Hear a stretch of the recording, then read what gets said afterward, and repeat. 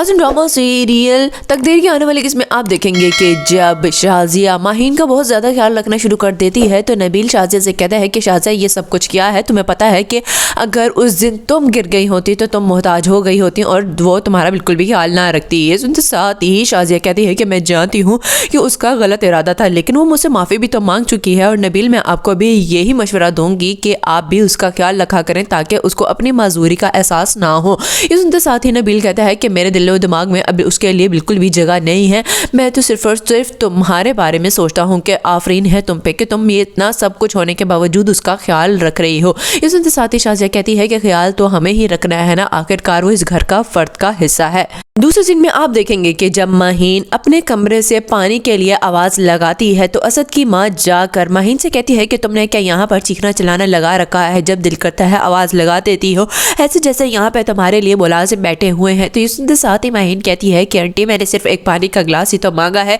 मैं और तो कुछ नहीं कह रही ना, इधर आराम से ही तो पड़ी रहती हूँ। ये सुनते साथ ही असद की माँ कहती है कि मैंने तो कहा था नबील को कि तुम्हारा कोई मुस्तकिल बंदोबस्त कर ले। ये सुनते साथ ही माहीन की आंखों में आंसू आ जाते हैं और वो कहते हैं कि आंटी अभी भी आपको नसीहत नहीं मिल रही, अल्लाह का डर नहीं आया आपके दिल में, इतना सब कुछ जूनी के साथ हो गया। तो ये सुनते साथ ही असद की माँ कहती है कि मुझे लग रहा है कि ये सब कुछ भी तुमने ही करवाया होगा। इतने में ये सारी बातें सुन लेता है असद और अपनी माँ से आके कहता है कि ये सब कुछ क्या है। दूसरे सीन में आप देखेंगे कि जब असद की माँ कमरे से बाहर चली जाती है तो असद भी अपनी माँ के पीछे पीछे बाहर निकलने लगता है कि माहीन आवाज़ लगाती है और कहती है कि असद भाई मुझे आपसे कोई बात करनी है। असद कहता है कि मुझसे क्या बात करनी है तुमने माहीन, मुझे पता है कि तुम यहाँ पर बहुत ज़्यादा मुश्किल में हो और अब ये मजदूरी तुम्हारे लिए बहुत ही ज़्यादा बड़ी तकलीफ दे बात है, मैं किसी न किसी मुलाजिम का बंदोबस्त कर दूंगा। तो ये सुनते साथ ही माहीन कहती है कि असद भाई मुझे किसी मुलाजमा की ज़रूरत नहीं है, बल्कि आज मैं आपको एक ऐसी बात बताना चाहती हूँ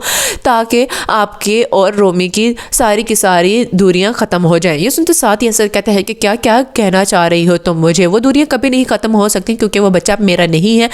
अगर होता तो फिर रोमी टेस्ट करवा लेती। ये सुनते साथ ही माहीन कहती है कि नहीं ऐसा हरगिज़ नहीं है असद भाई, वो बच्चा आपका ही है और मैंने ही साद और रोमी को वहाँ मॉल में एक दूसरे से मिलने के लिए भेजा था जूनी के नंबर से मैसेज करके।